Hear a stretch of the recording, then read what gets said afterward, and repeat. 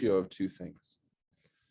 So if you have h of x as f of x over g of x, then you have h prime of x is f prime of x times g of x minus f of x times g prime of x all over g of x squared. It kind of looks like product rule. Product rule is f prime g plus fg prime, but there are two differences.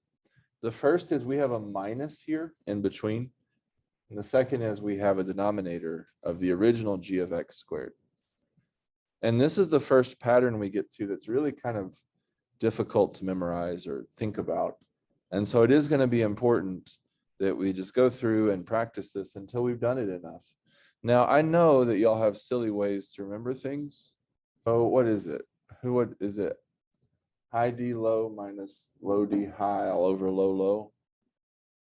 So that's something people say is high D low minus low times D high all over low low, which is saying whatever was in your original, except I did it backwards, sorry.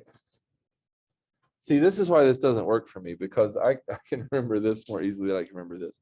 No, it is low D high, whatever your original denominator was, times the derivative of whatever your original numerator was, minus high D low all over low squared or low times low. And this is just a way that people use to try to remember this. Some people really like it. Some people can't wrap, like I can't wrap my head around this at all, but some students have told me, hey, this is the most helpful thing in the world. Yes? It doesn't matter, like if you did g of x times. So let's do the derivative of x cubed over 5 to the x. When I'm first learning this, I'm going to be writing out the patterns and the pieces all the time. I've been doing this for almost 20 years. I still write out the patterns and the pieces that I need. So a is x cubed, b is 5 to the x. So a prime is 3x squared, and b prime is natural log of 5 times 5 to the x. This is the exponential rule. This is just how you take the derivative of any exponential function. I will be willing to explain how it works, why it's the way it is, but for now, let's just focus on the fact that this is the rule. I'm going to write down the pattern because I just learned it. And the more I write it down, the more it gets into my head. I know people don't like to write, but there's this kind of loop in your brain between your eye, your brain, and your wrist bone and your fingers, where as you write things down more, they become more real to you.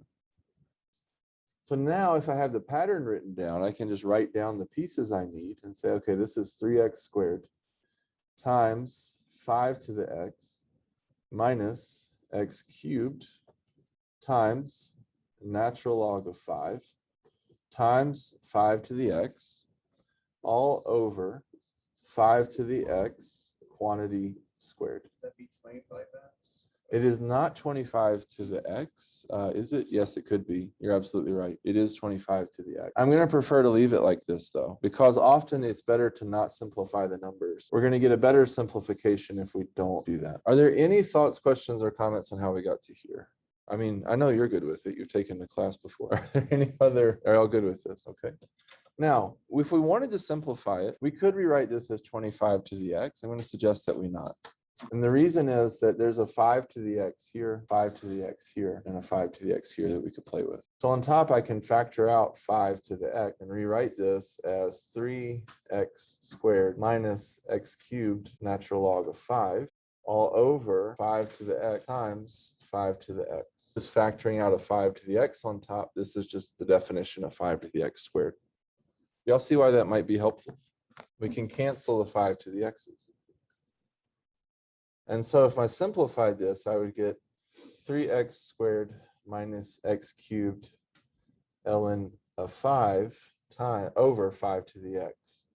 This would be my final answer, or it's a final answer for d by dx of x cubed over 5.